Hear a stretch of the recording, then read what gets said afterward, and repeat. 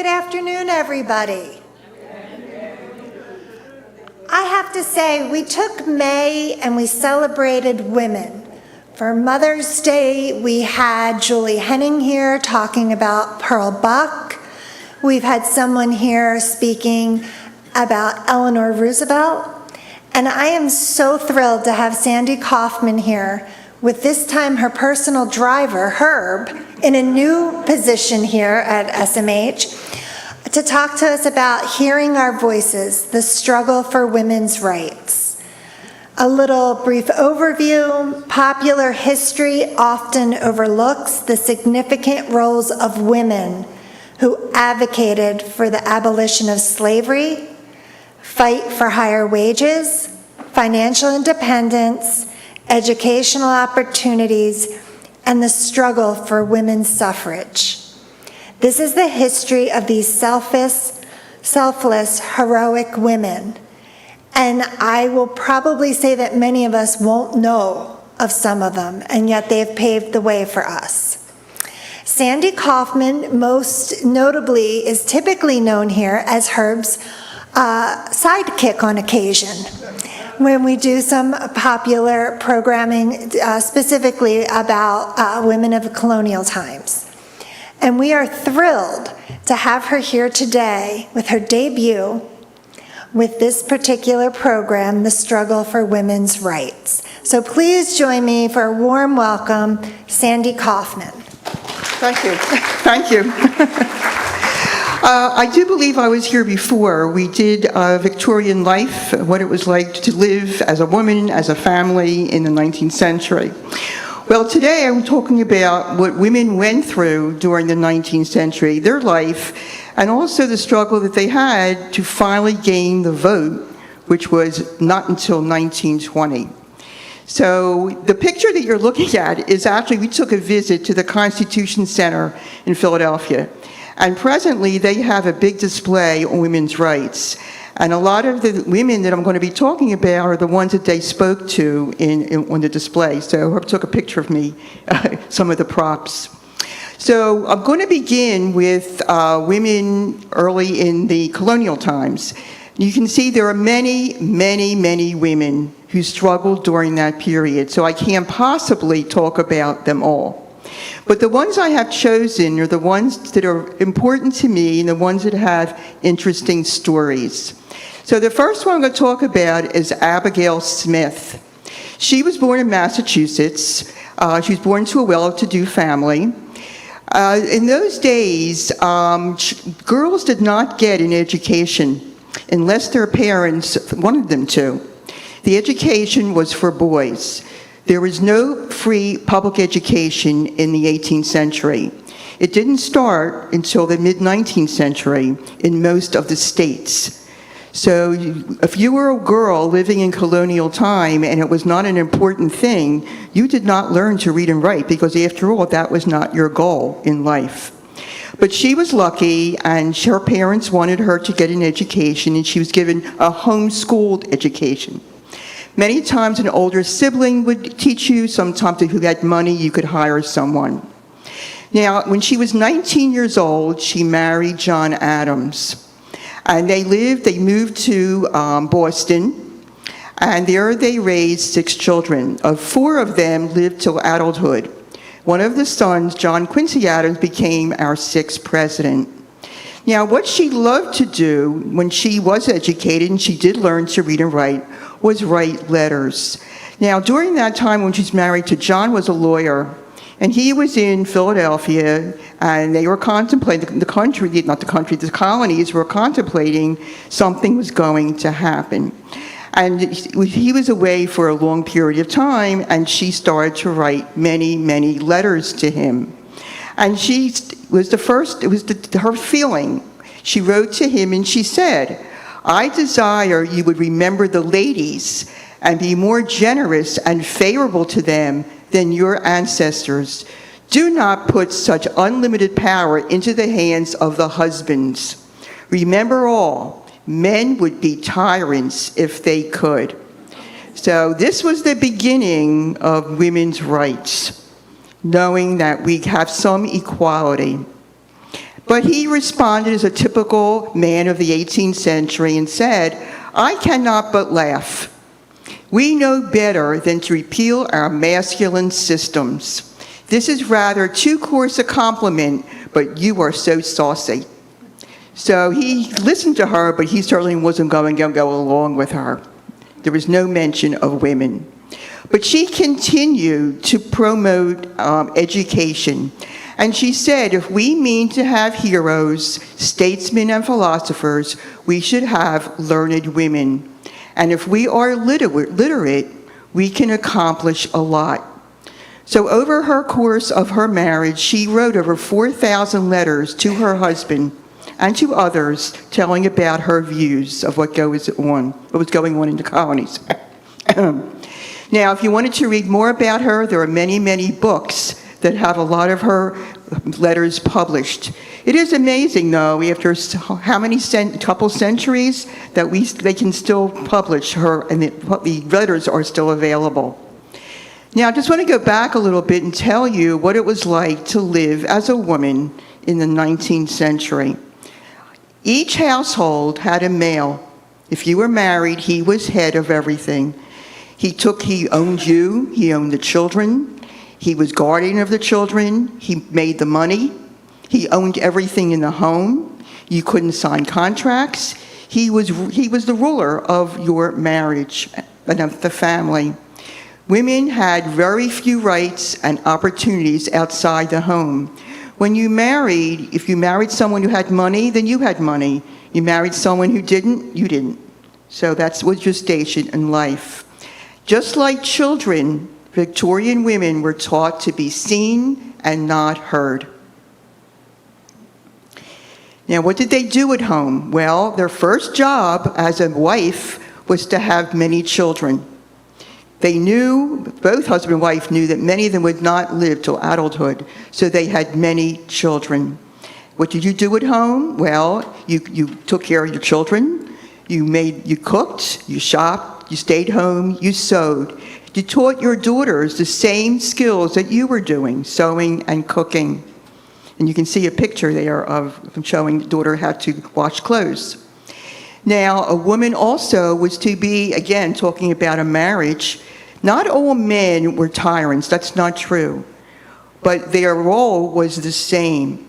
You were to be obedient to your husband, and he owned the property. If you were able to earn any money outside the home, you didn't keep it. Maybe you did, but the husband actually owned your money also. So everything belonged to him. The marriage vow, you had to obey. That was part of the marriage vow. And in many cases, if you got divorced, and there weren't a whole lot in those days, because if you were divorced, you could leave with nothing. He was guardian of your children, regardless of your marital status. So everything favored the man. Everything favored the man. Now, one thing you couldn't do also was sign a contract. But, as I said before, there were so many women, I'm going to talk about them, that stepped out of their role and tried to get valued for their accomplishments. This was, her name was Hannah Slater, and she was an inventor. She invented a machine that produced sewing thread from cotton. And she was the first woman to get a U.S. patent. But she couldn't sign her name as Hannah Slater. She had to sign it as Mrs. Samuel Slater. We do the same thing often, sign our husband's name. Well, I don't, but it could Mr. and Mrs., and it's your husband's name. Women, again, have few rights, even in domestic violence. Unfortunately, it was always never favored for her. But again, talking about education, many parents did believe that girls, it was necessary for them to learn to read or write. They may have not used it in their life, but it was certainly an important thing.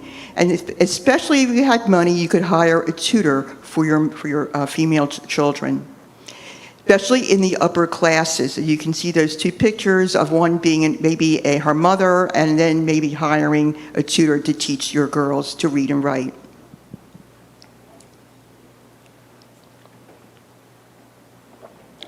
Now, the Declaration of Independence says that all men are created equal.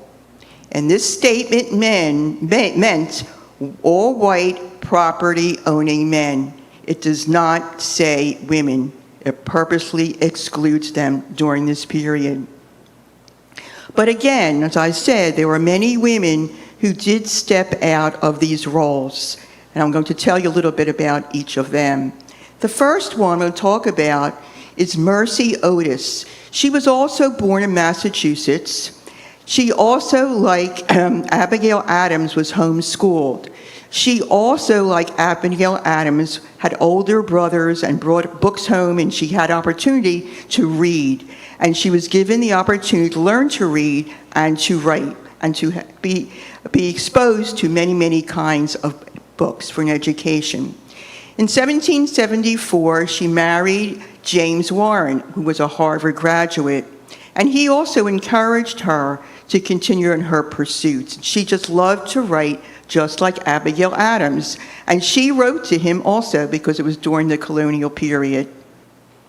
Now, she also wrote many, many letters to Congress, explaining about all the atrocities that the British were imposing upon the Patriots.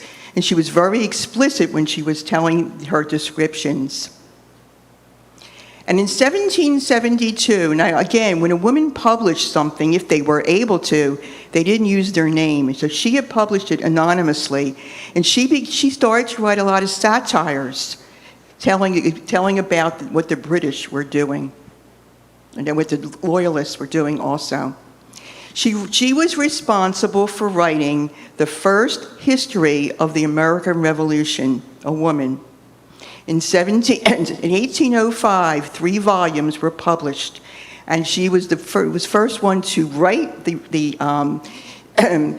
volume, let alone being the only first woman to write it also. Published in 1805.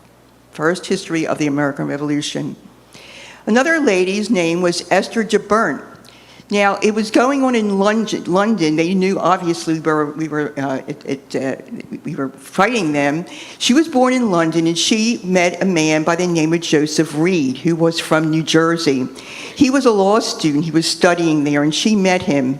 They got married, and after her father had passed away, she and her mother and her new husband moved to Philadelphia. And she was a real ardent patriot. She founded the Ladies Association in Philadelphia in 1780, and she wrote what's called The Sentiments of the American Woman.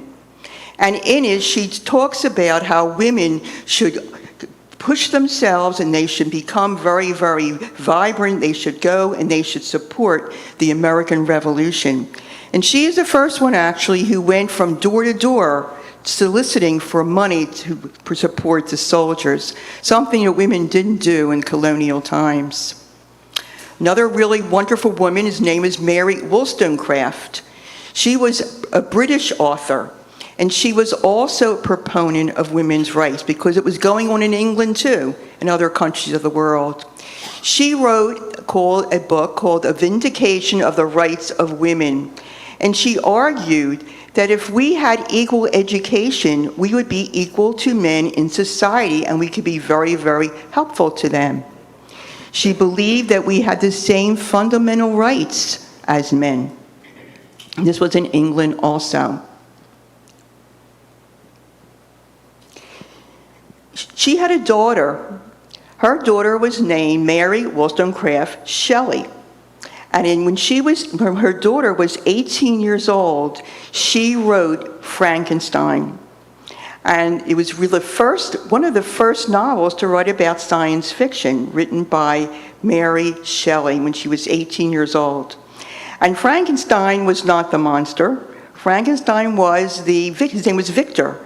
He was the scientist in the story, and the monster was the monster.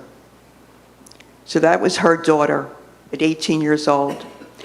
Now we're coming along a few years, and again, women are still trying to promote their independence and their views. And Angelina Grimke and Sarah Grimke were two of them. They were two sisters. And they lived in South Carolina. Now, in South Carolina, her family was wealthy and had many, many slaves. And for the time that they were little, they saw the injustices and the cruelty that was put upon the slaves. So when they became of age to travel alone, which was unusual during that time without an escort, they both traveled, they were years apart, so they didn't do it together, but they traveled to Philadelphia and they joined the Quaker movement because the Quakers believed that men and women were equal. Both women were advocates of, they wanted to abolish slavery, and together with women's rights. And Angelina wrote in 1836, the appeal to the Christian women of the South, trying to engage them and to show them to promote the anti-slavery cause. And Angelina wrote, my doctrine then is that whatever is morally right for a man to do, it is morally right for a woman to do. And again, this was not a popular thing for all women. It was only a small percentage that believed in this. Now in Philadelphia was a minority. Minority still didn't really care. They believed in slavery. They were benefiting, but the city was benefiting by it, but there were many, many who did not. And so the abolitionists decided they were going to build their own building so they could have town halls and they could have speakers. So it was dedicated on May 14th in 1838, the first day of the Anti-Slavery Convention of the American Woman. And that building is where WHYY stands in Philadelphia. The Crimpty sisters believed, again, that all men and women were the same with black and white. So we were all equal, regardless of what your race or creed was. And Sarah said, I ask no favors for my sex. I surrender not our claim to equality. All I ask of our brethren is that they will take their feet from off our necks and permit us to stand upright on the ground which God designed us to occupy. And that was quite an unusual thinking during that time. Well, the first meeting was held May 15th, 1838, and it was greeted by a lot of animosity, because many in Philadelphia didn't believe that men and women were equal, nor black and white being equal. So the mixing of the sexes was not something that was accepted very much in Philadelphia. So what happened was it drew an angry mob, and they began to throw bricks and stones and call them names. And then the mayor was called, and he could not control the mob. It just became more raucous and more lively. And what happened was the day that it opened, the day of its dedication, it was burned down by the people not agreeing with what was going to be happening in that building. So that's what happened, and they burned the building down. It was called Pennsylvania Hall. Well, the sisters continued to fight against all the unjust causes. They still were for the abolitionists, and they fought for equality. And Sarah wrote a letter a year later called The Letters on the Equality and the Sexes and the Condition of Women. And she said, if you would value women the way you value yourselves, just think how good our country could be.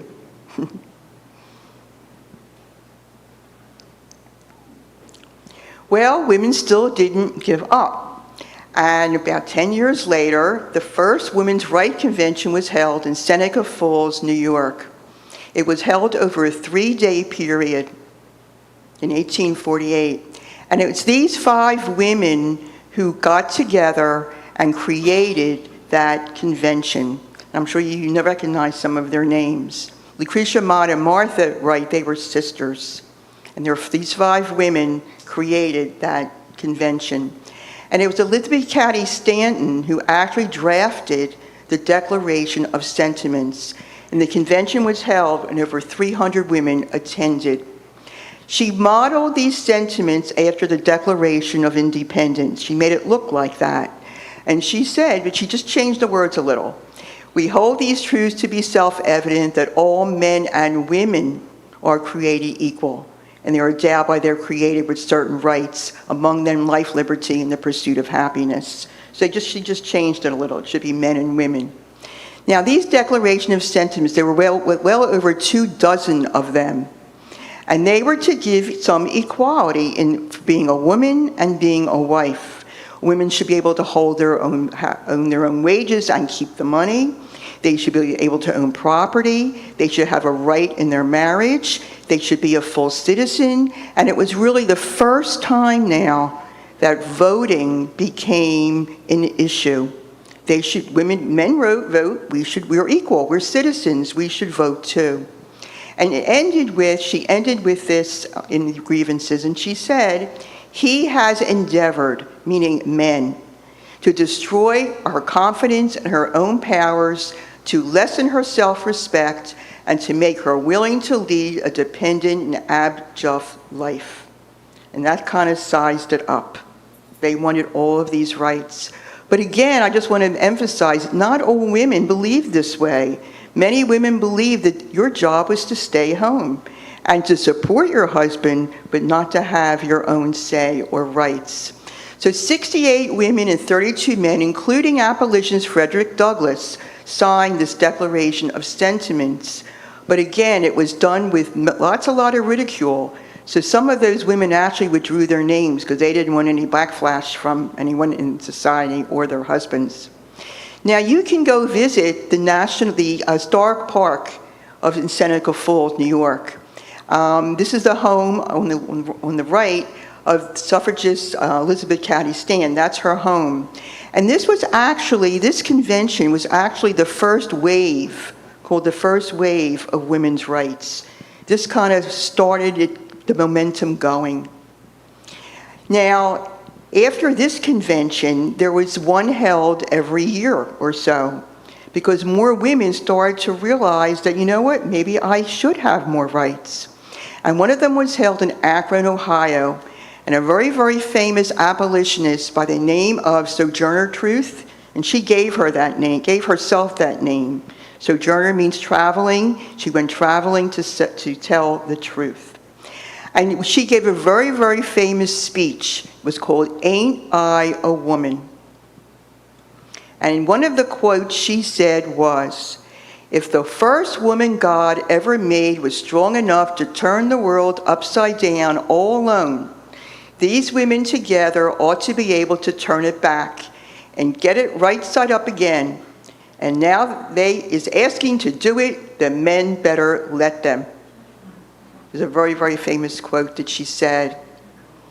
Now, again, I said every year or so there was another convention trying to get more women to join the momentum.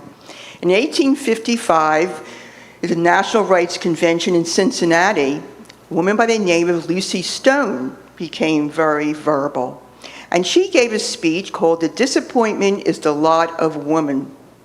And one of the things she said in her speech was, "And do not tell us before we are born even that our province is to cook dinners, darn stockings, and sew on buttons." So she wanted more from her life than that. She also, when she's the first woman to graduate from Oberlin College, and she wanted to give the graduation speech, but she knew that they wouldn't let her deliver it. So she said, "You know what, I'm not writing it." And she didn't. In 1855, she married Henry Blackwell. He was the brother of Elizabeth Blackwell. He became the first doctor in our country.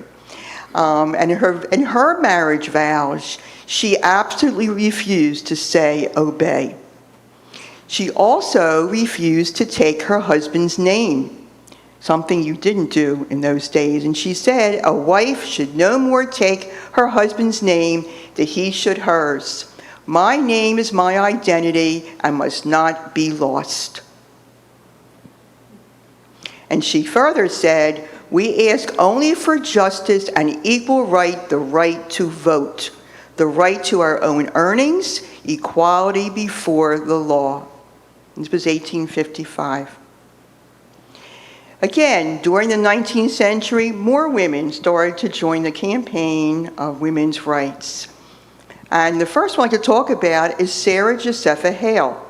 She was born in the 18th century, Lucky enough, just like her other parents of Abigail and Mercy Otis, she was homeschooled also. And she loved to write, and she loved to write poetry. She also believed in being a mother. That was important too. In 1827, she wrote her first novel called Northwood, Life, North and South. She was the first person to write about slavery, which was 27 years before Harriet Beecher Stowe wrote Uncle Tom's Cabin. Yet that's the one that we all recognize, not the one that Sarah Jessica Sale wrote. She is the author of Mary Had a Little Lamb, which was published in magazines. Now, in 1837, what happened to Sarah was she was pregnant with her 5th child when her husband passed away, and she needed to earn money. Now, she was obviously very educated, and where she lived in New Hampshire, she was an editor for a magazine there. And Louis Godey in Philadelphia was looking for an editor for his magazine called Godey's Ladies Book. So he hired her, and she became his editor for 40 years. And she became his editor when she was 50 years old. And in this magazine, there are pullouts of fashion of the day. And these were painted by women for a few cents. He paid women a few cents to do it. But in this magazine, she gave ideas of how to cook, recipes, child rearing, lots of short stories, and nothing about anything that would make them sad. She advocated for education, the rights of women to own property. She said that you own your own money, you should be able to keep it. It should be yours. Well, she passed away when she was 90 years old, and she's buried in Laurel Hill Cemetery in Philadelphia. Her stone is very, very small. Louis Godey's is very, very large because that's obviously 19th century customs. Now, I'll talk about Elizabeth Blackwell, whose brother married Lucy Stone. Elizabeth wanted to become a doctor. In those days, that's unheard of. Only men were allowed to be admitted to medical school, but she was determined. Everywhere she applied, she was rejected, obviously, except for one, Geneva College, because they thought, you know what? If she's so silly enough to apply, we're going to accept her. She won't make it, but she will accept her. Well, she did. She was accepted. She worked very hard, and she graduated #1. And in 1849, she was the first woman to graduate from medical school. She was a very, very ahead of her time. She believed in cleanliness, ventilation, exercise, sanitation, preventive medicine, something that doctors in our country did not believe in at all. She also started a hospital for women, indigent children and women in New York City. She was one of the founders. Another lady I can talk about is Amelia Jenks. She was one of the participants in Seneca Falls, at the Seneca Falls Convention. She also had thoughts about having your rights. She published a newspaper dedicated solely for women, called The Lily. And in it, she promoted dress reform.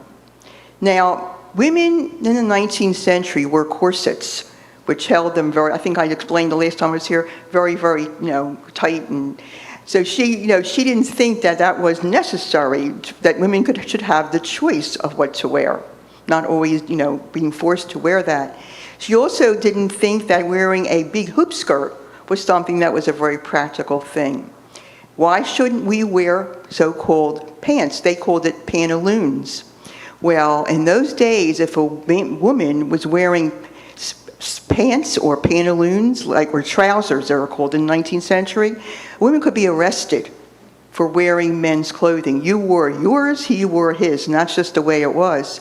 But her idea was, well, I'll take the dress, I'll take the hoop away and make it more straight line and wear the trousers that kind of look like bloomers under my dress. Now, some women did copy this, but many women did not. It didn't go on very, very long for everyone. but they were called bloomers. But her thinking was, the costume of women should be suited to her wants and needs. Let men be compelled to wear our dress for a while, and we should soon hear them advocating a change. So again, a woman who stepped out of the usual 19th century role. Now, Mary Walker, she was the second woman to become a doctor in the United States. She was employed during the Civil War. It was about 6 years later after Elizabeth that she became a doctor. And it was during the period during the Civil War. She was employed by the U.S. Army as a contract surgeon. She was not an officer, she was not a soldier, she was a contract surgeon. But she didn't have anything to wear.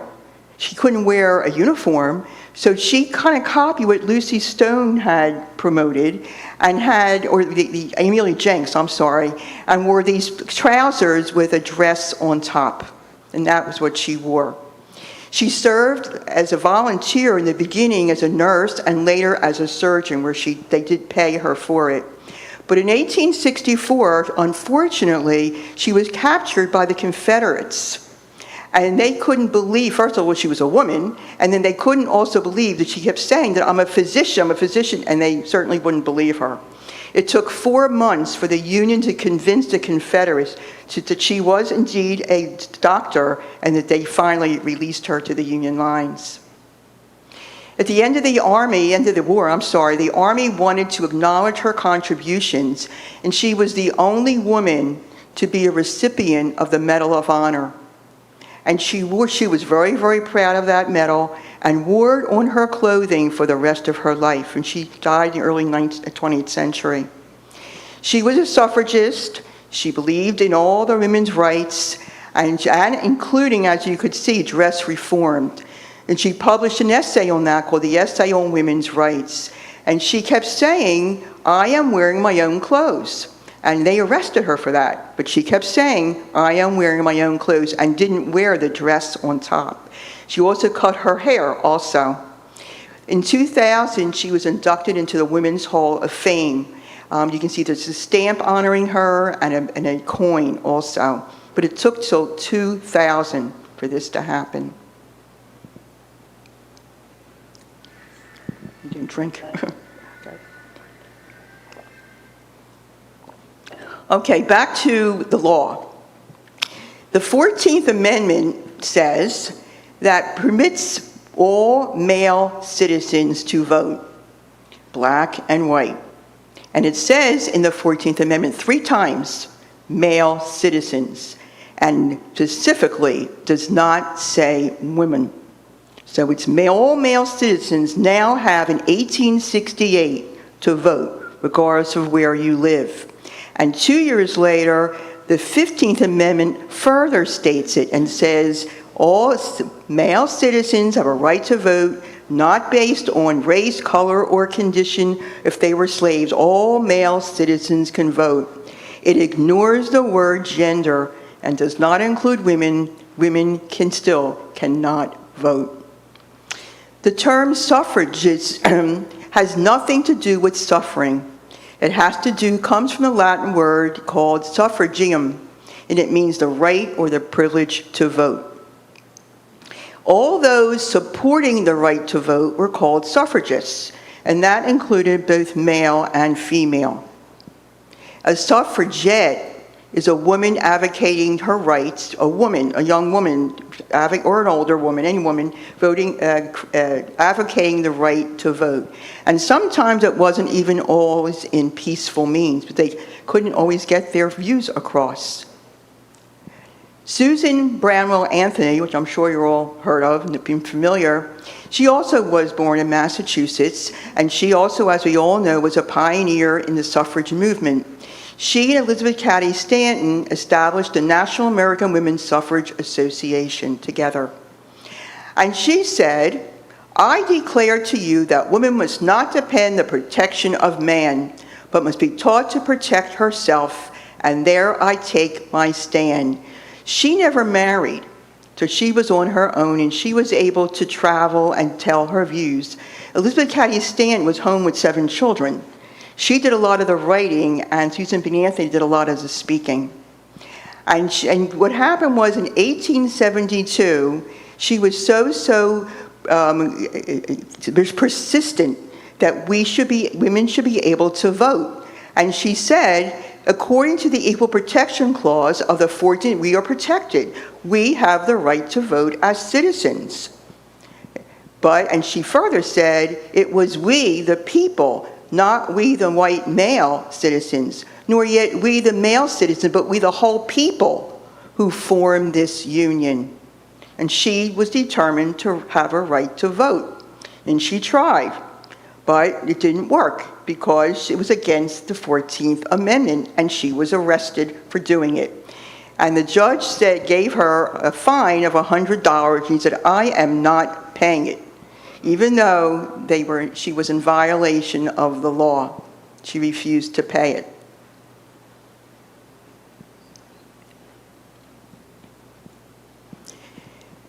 Right there, she made a big lot of news in the newspaper and so forth. But again, she said, I have a right to vote. I couldn't. They fined me, but I'm not paying it. And again, you can see there are books that are, you can read all about her in many, many books. And in 1979, she was the first woman to appear on the United States coin. And it took till 1979 for a woman to be honored on a United States coin. Now, there was another case. She had one case, and the judge told her she couldn't vote, and this lady also wanted to vote.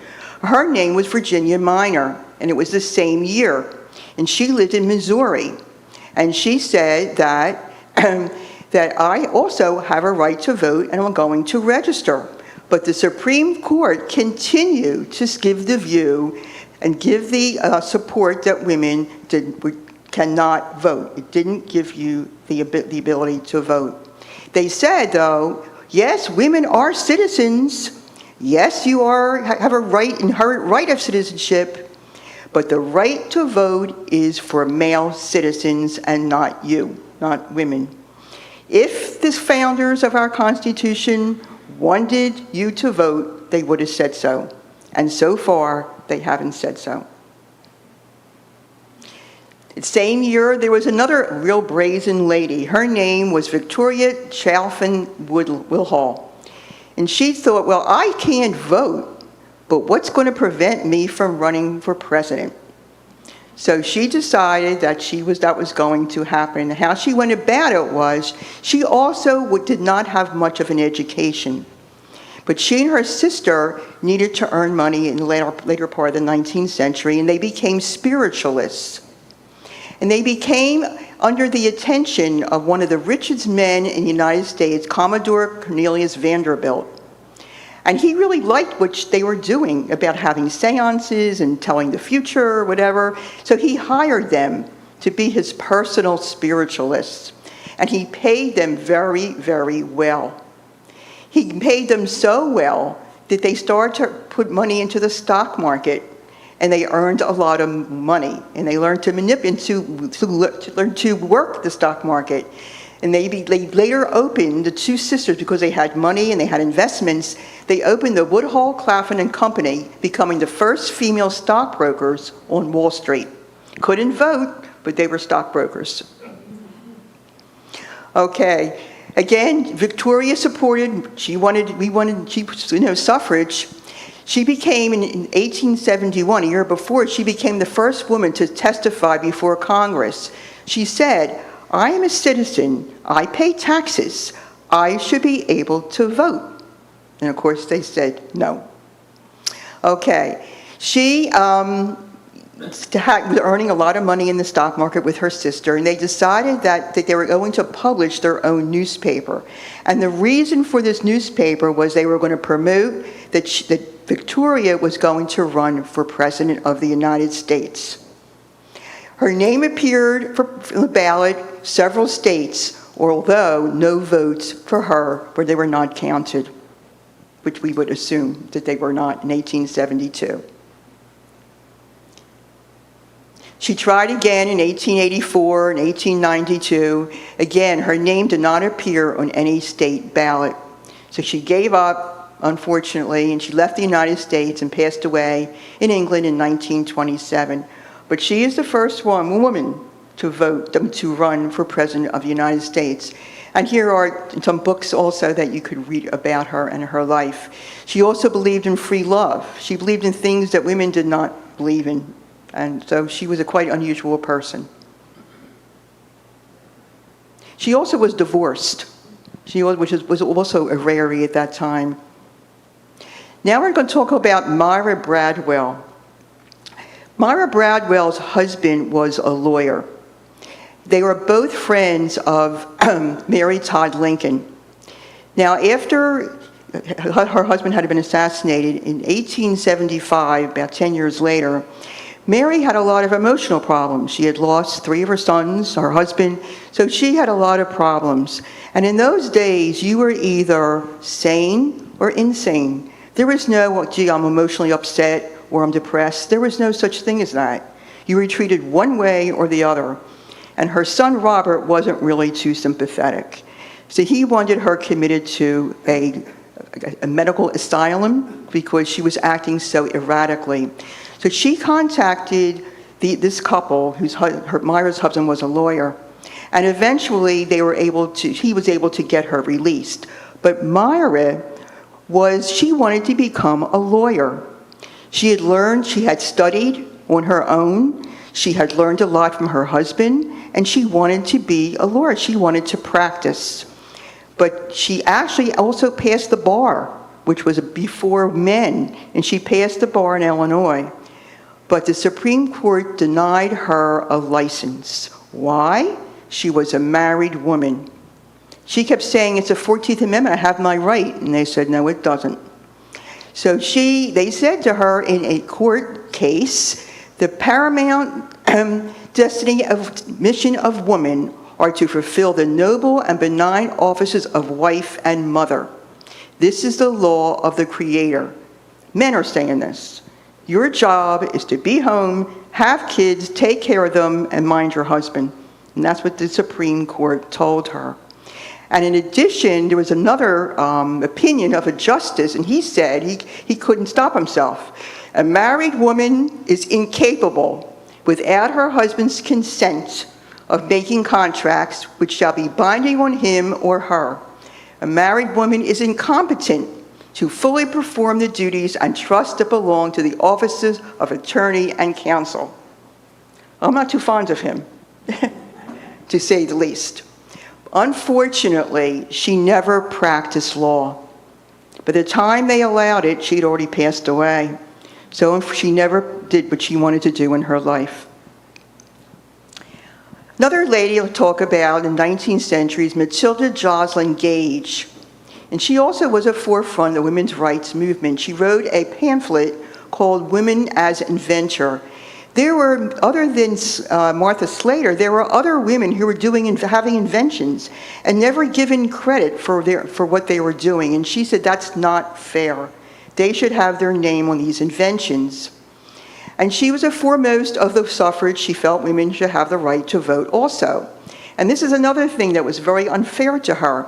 At the Statue of Liberty's unveiling in 1886, she showed up on a cattle barge and a large megaphone, and she was shouting, "This is a gigantic lie, a travesty and a mockery.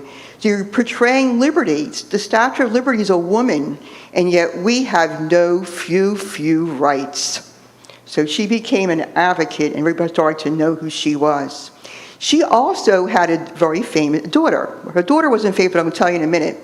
Her daughter was named Maud. She married L. Frank Baum. Frank Baum really didn't, and Maud was in college at the time. She went, and her mother was very proud of her that she was going to college. But then she met Frank, and she didn't want to continue, and she wanted to quit college. She wanted to marry him, and she did. She married him. Frank really didn't have a great profession, but he loved to write. And this was a wonderful thing for Matilda. She liked him for that reason. So he had a lot of things that he was writing along the way and not earning a lot of money, but he had an idea, and in 1900, he published The Wonderful Wizard of Oz. So it's her son-in-law that is the author of The Wizard of Oz. And it is believed, she never really lived to see that being published. She passed away before. It is believed that she gave him inspiration for Glinda, the Good Witch, who was a reflection of his mother-in-law.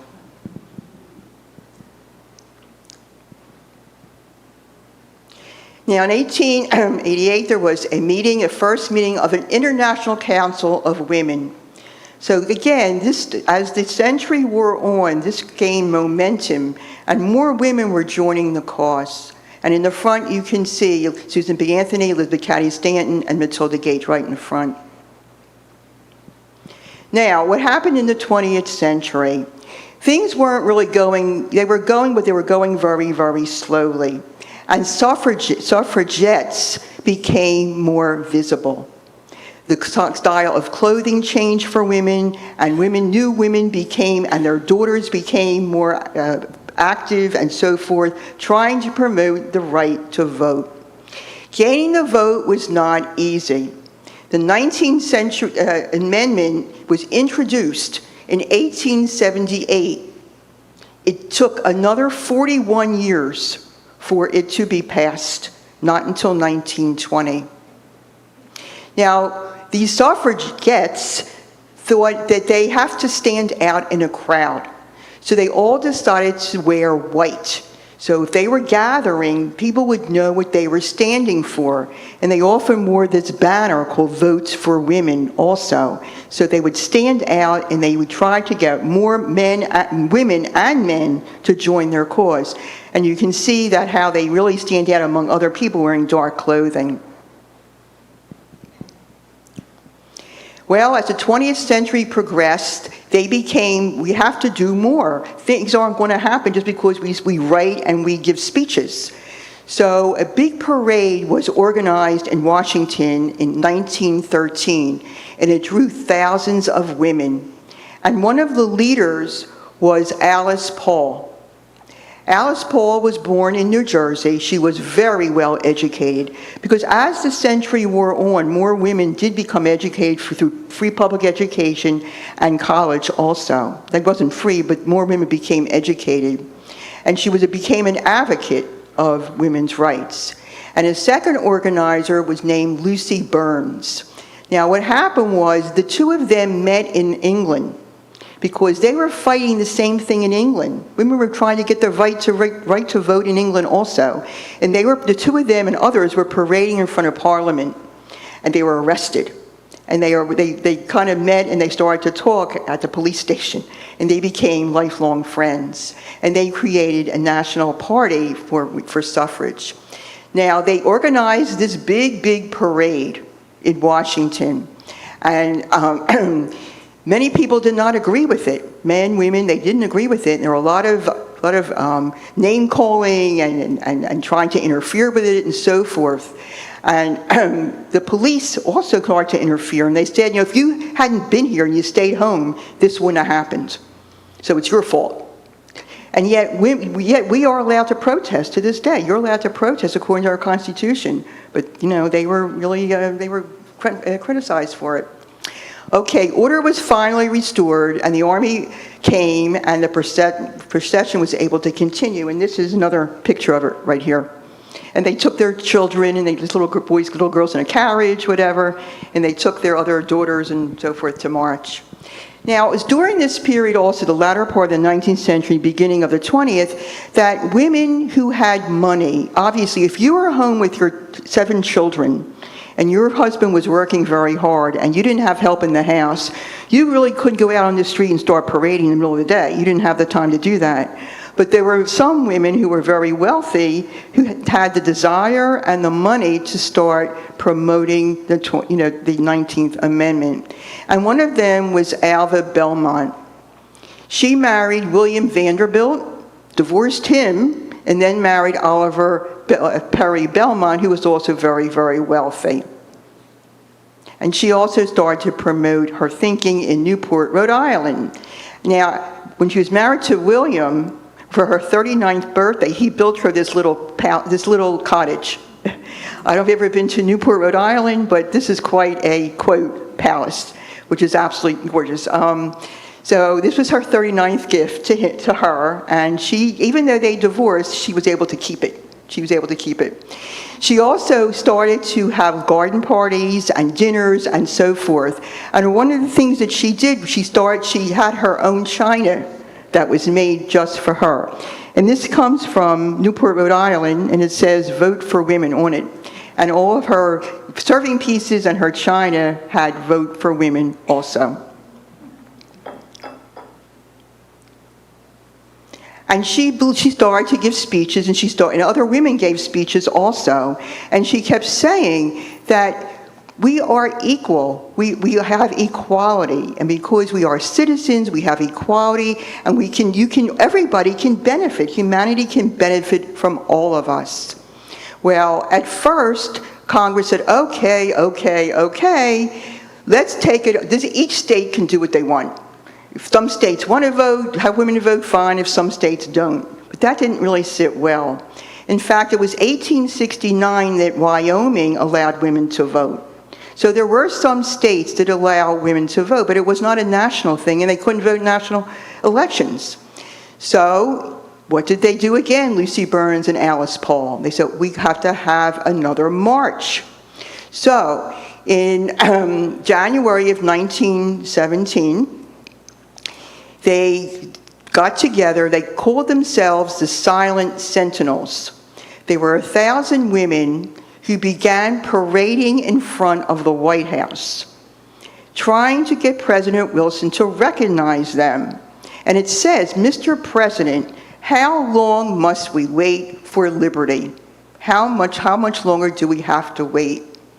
Well, that also didn't sit well with the police, with the people, and so forth.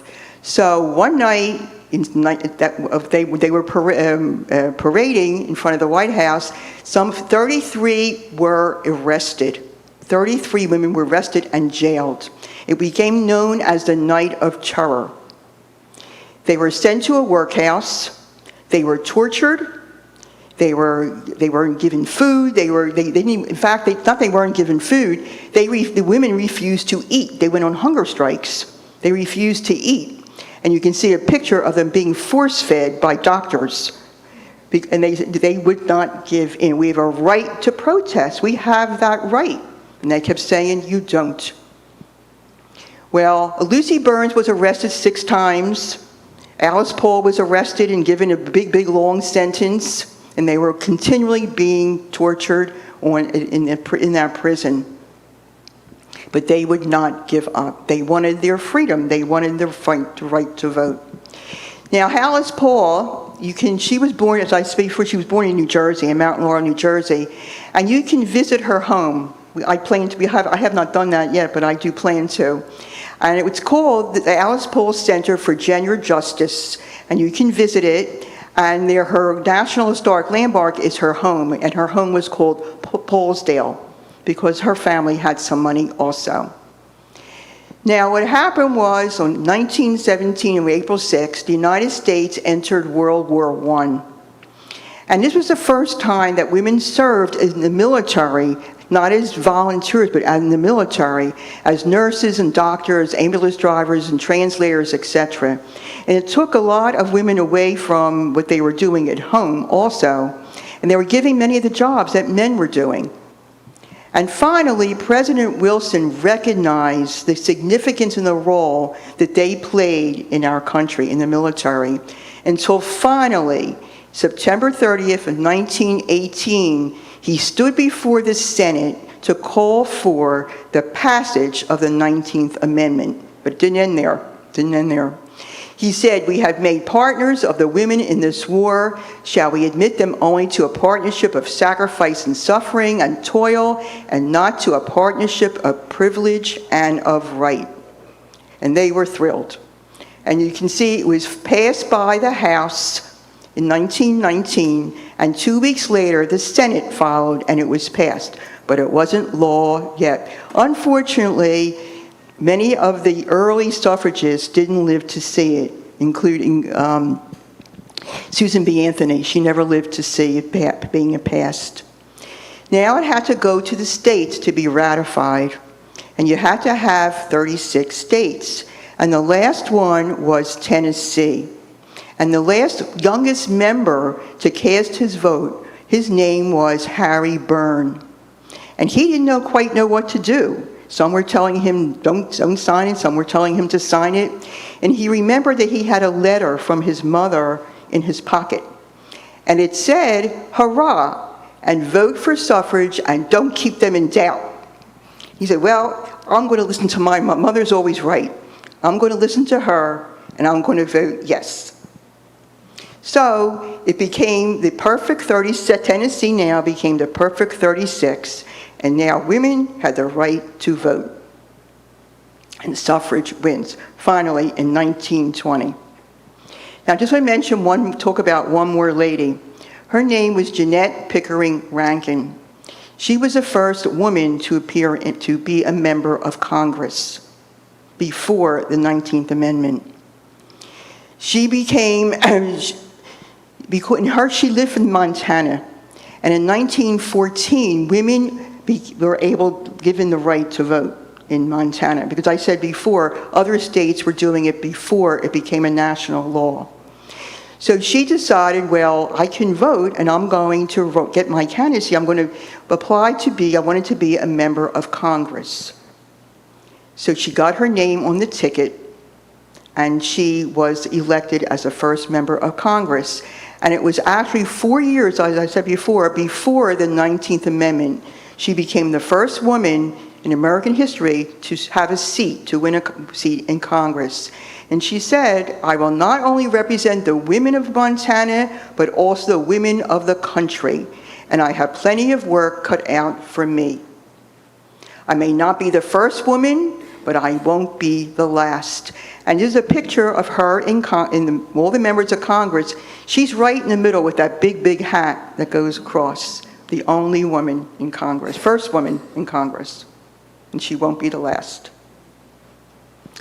Well, she was a pacifist. Her career did not end this way.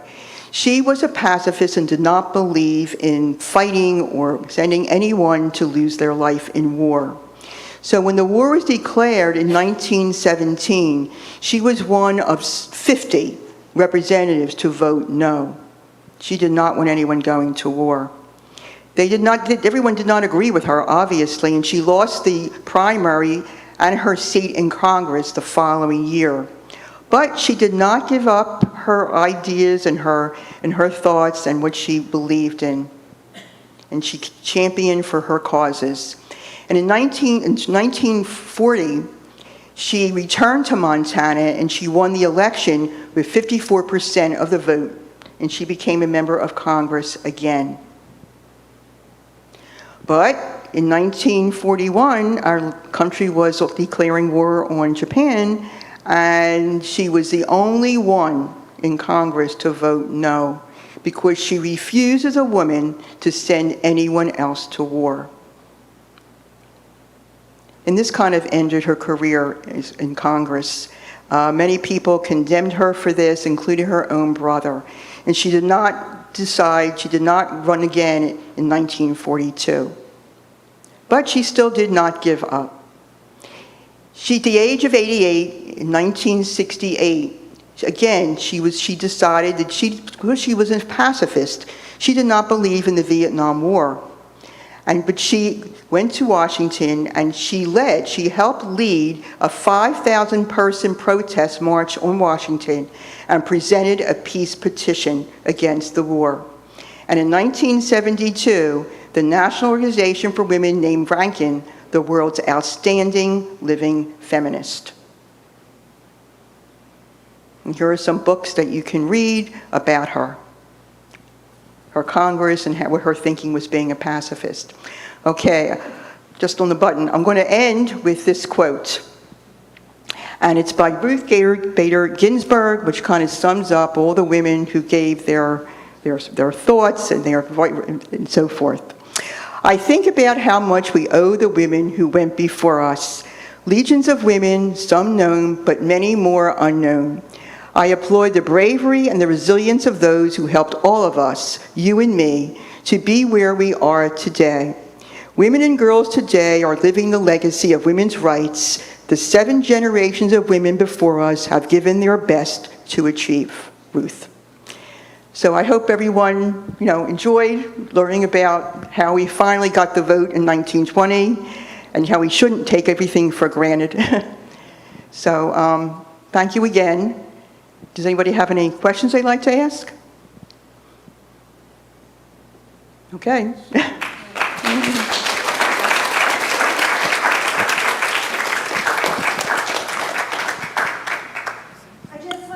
All of you for taking the time to come out today and learn something that I bet you didn't know going into this.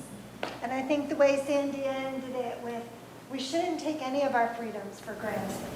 And I hope to have many more inspirational programs, things that make you think a little differently about the topic. So thank you all, and thank you very much for being here.